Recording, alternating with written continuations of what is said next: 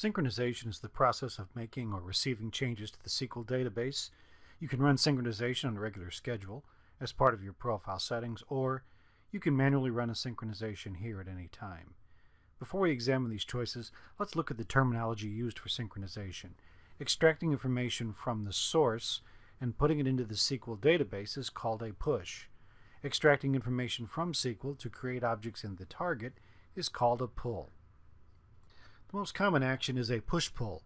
This will update or push the SQL database with any changes to the source, and then those changes will be pulled from SQL into the target. This will cause any new objects to be created in the target, and updates to existing source objects to be updated in the matching target object depending on your matching action choices. If you're using our Active Directory Pro product, a push-pull sync is what happens when you press the sync button in that console. Another common action is to run a simulation. This will do a push into the SQL database, but no changes will be made in the target. This will result in a sync report appearing in the Logs and Reports page.